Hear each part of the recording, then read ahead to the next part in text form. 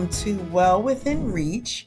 And today we're going to be talking about the Frazier Family Coalition personalized stroke prevention program that is a partnership between Jefferson Health and Temple Health. And today we have with us Nurse April Bidell, and she's going to tell you a little bit about herself. And we also have Dr. Cornelius Pitts. So, welcome, guys. So glad to have you here. Nurse Bidell, tell us about Nurse Bidell and tell us about the personalized stroke prevention program. Thank you so much, Neva. So, Dr. Pitts and I are part of the Frazier Coalition, Family Coalition, and it's what we are focused on is the personalized stroke prevention program. So, the personalized stroke prevention program, I know it's a mouthful, is a program where Temple saw the need for people to prove who ASCVD is high and out of reach, or the diabetes is out of control, or their hypertension is out of control. They needed us to wrap their arms around them and say, let's do this together. So we're walking with them through this journey called health. And we're addressing the needs of the diabetes, of the hypertension, of medication. And then with the support of Frazier, we are addressing the exercise and the food insecurities and nutrition and gut health and all stress management and all the things where we really know health is impacted in the person's life. So I'm Eva Bidell. I'm a family nurse practitioner, and I work with Dr. Pitts and Neva on this side of the Frazier Family Coalition at Temple Hospital. All right, Dr. Pitts, tell us a little bit about yourself. Surely, thank you so much, Dr. White, for inviting me, and Nurse Bidell. Thank you for that segue, that built-in segue. Really, when you talk about the journey of health, it is in fact a journey of health, and it is in fact coming alongside individuals and walking them through that. I'm the pharmacist on the team, and as such, I engage with patients around whether or not they're taking their medication correctly. Are they experiencing side effects? Are they experiencing some other barrier to getting their medications?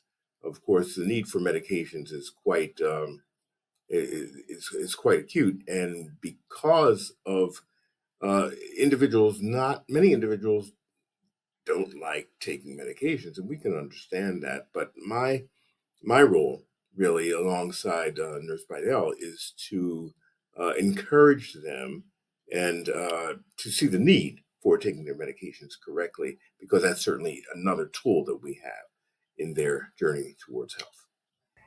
Excellent. So, Nurse Bidell, I heard you mention the ASCVD. Can you tell us what that stands for and what that test is all about? Sure. So, one of the predictors of risk for stroke is what is a screening called the atherosclerotic cardio cardiovascular That's a mouthful. mouthful cardiovascular disease screening. And what that does, it takes into account somebody's ethnicity, their age, their if they smoke, the diabetes, their hypertension foremost, and also their lipids. That we look at the lipid profile overall, and they get this number of how high up you at risk for a stroke. So we consider that in our decision if a person is eligible for the program as well. So yeah. Well, it sounds like to me you just mentioned all of the risk factors Yeah, yeah, that put a person at risk for uh, atherosclerotic cardiovascular disease. So you said we look at age, their yeah, race. yeah. What else did you say? The blood pressure. Pressure, the lipid profile, how good is your cholesterol or how high is your bad cholesterol and what is the intersection thereof. We look at if you've ever smoked before, because we know that stopping smoking reduces your risk almost immediately. Um, what else do we look at, Doctor? Help me. I'm So let me ask you guys this: when somebody is identified as being at risk, what's the next step? So we talk to them, right? Because what we know is the population that we serve needs support. And what does that look like? That means starting a conversation with what's going on. Because 20% of care happens in the office, right? People come in, they've hurt their arm, they have to get their blood pressure checked, they need to see the doctor for a test or whatever, a paper to fill out, a physical, and then they're out. They got to pick up the kids, they have to pay the bill before it shuts down. So there are all these external influences that influence health and the stress of that as well. So we sit down, we talk to them. What's going on with your blood pressure? Are you taking your medications every day? Do you need money for that? Dr. Pitts is phenomenal in addressing these medication needs as the pharmacist on the team.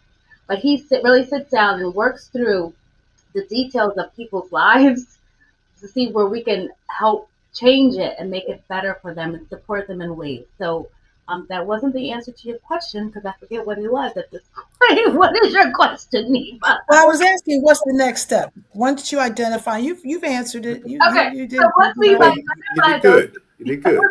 Yeah, and I once, think one of the things that one of the key aspects of your response was the fact that we sit down, we talk with individuals, we have a conversation, and in that conversation, we listen to patients and don't dismiss anything that they might say. A lot of patients have trust issues with healthcare, and in that, they have um, a strange relationship sometimes with their practitioner.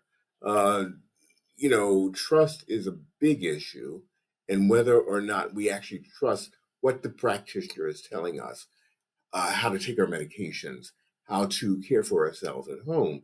And this program is built largely around that huge gap sometimes of what happens between healthcare visits, right? And so as we look at what happens, and as we listen to people's stories, as we see them, as we hear them, it makes a huge difference in the connection and the relationship that we have, so that patients are more likely to engage and enter a relationship of trust with us and with the healthcare system. So, Dr. Pitts, one of the things that we struggle with is getting people, number one, to take medication for their blood pressure, both men and women, particularly men. And then once they're started on the medication, continuing to take it, that's one issue. And then the other issue is getting people to take the medication in the first place, to even start taking it. So how do you approach that? How do you talk to people about the importance of getting started and then continuing with taking medicine, particularly for their blood pressure? It's particularly hard. I think that one of the things that this team is very good for. Nurse Bidell is excellent in terms of, and exceptional in fact, in terms of striking that balance of having a good relationship, an excellent relationship with the patients. And I think it begins there, by having that relationship with the patients, by having them establishing some confidence from that the patient might have in you to tell them what is, or to interrogate, not to tell, but to interrogate with them how they feel about their own health, and to in that to genuinely establish a caring relationships that does not go unnoticed by the patients. And so in that, they are, we have found that they are likely to come on board with taking their medications, and in that, they see the patients see themselves as accountable to you. I have patients who are taking their, and I'm sure Nurse Bidell does as well, has patients that take their medications regularly and send their blood pressure values to us almost every day. And that speaks to the trust that we have engendered with that. So I think a lot of this really begins with, and perhaps ends with, trust. and just to piggyback along those lines, I think that knowing that patients, that they trust what we can, that we're treating them with respect and humanity and decency and all of these things, um, and we have an accurate view of what's going on in our world every day with blood pressures, we can then advocate for our patients to say, this patient does care about their health. They are taking the medication. Now we need to look at something different, like a new medication, or even take some away, right? A lot of times patients don't like to take medication and they feel basal at taking medication. So let's reduce it and see how they do.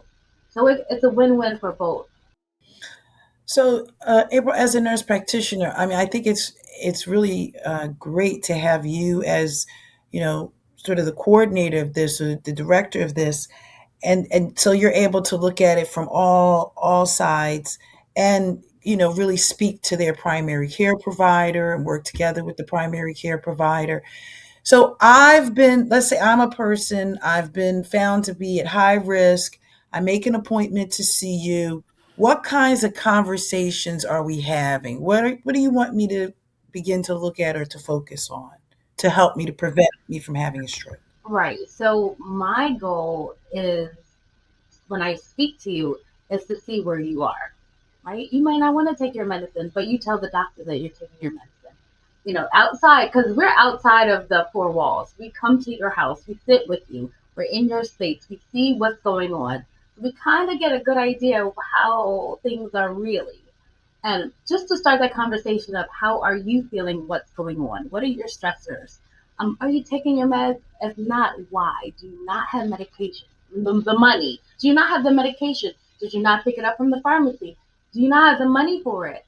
We start at the very basic. Like, I'm going to respect you as a human being, and I want you to start respecting you and your health, and really take agency over your health. So, have you been taking your blood pressure every day, every week, every 2 weeks? If not, I'm calling you. I'm calling you anyway, but I'm going to call you. So the next time you're like, oh, I don't want Nurse April to say I didn't take my blood pressure. I don't want to have a bad report, right? Nobody wants to have a bad report. So just really, really, really establishing a relationship of where you are in your health, how you feeling, are you short of breath, what's going on, how life is treating you. Because life, it be life, and sometimes that will really drive. That's a driver of pressure. It's a driver of sugar. Meaning it will raise your blood pressure. It will raise your sugar. Um, Stress will kill you. So how are we addressing those things as well? So, Dr. Pitts, do you think that once individuals start participating in the program, have you seen better? Do you see people taking their medicines? Is there better compliance once they join the program? And if you are seeing improvement, what do you attribute that to? So we do see improvements. Not everyone, I might add, to be quite frank, but individuals do improve, and I attribute that to the relationship that we largely have with them. I think that in that relationship, we see we see a kind of kinship with our patients, and in that kinship, and identifying with them, and walking them sometimes slowly through the changes that are needed, and exercising patience, exercising compassion, um, exercising a kind of I care about you relationship, and individuals will see the sincerity in that. And know it sounds as if, okay, well, these are intangibles, but many times it's those intangibles that actually work for individuals who we don't see immediate. Well, we don't see immediate changes in anyone, but for those with whom some of the changes are somewhat prolonged, we exercise patience with them, knowing that each person uh, travels this road at their own pace. And when people see that you are understanding of that, they again engage with you such that they will they will know that you are trying to help them and that you care about them. It's that care that really does allow us to enter their lives such that they will they will allow us to wisely counsel them. Well said, Dr. Pitts. Well said. Well, I thank you all for being with us today. I'm going to go around, of course, and give you the last word. So, nurse practitioner, April Bidell, the one, the only. What's your last word? Uh, give us your last word, and then we will conclude with Dr. Pitts. Yeah. So, Neva, thank you so much. Thanks for having us. Thank you for being part of the team. Thank you for all your support. But I want people to know that we really do care. There are people that care about your health and are willing to walk with you through this journey. You are important. You didn't wake up just to wake up. You woke up with a purpose. So I just encourage people to really, really, really wrap their mind around that. And there's a lot going on, but we do care. So reach out. Please reach out, and we will make every effort to reach back and walk with you through this. And Dr. Pitts, Yeah, last word. I'm thinking of a quote from Mother Teresa, who said that there are times when we don't seem to realize that we belong to each other. And Mm, so one of the things that nurse Bidell and I and others on the team try to exercise and try to get across to our patients is that I am you, you are me. We belong to each other. And in that we establish that relationship, which is absolutely key. Um, Taking your medications is key, but also looking at some of the other what we call social determinants of health. And so, as we travel that journey with our patients, we learn a lot from them. We learn a lot of dealing with the humanity or in dealing with community, and we're thankful. We're grateful for that, and we're grateful to you, Dr. White, for allowing us to be on this podcast with you. all right, everybody. So we thank you.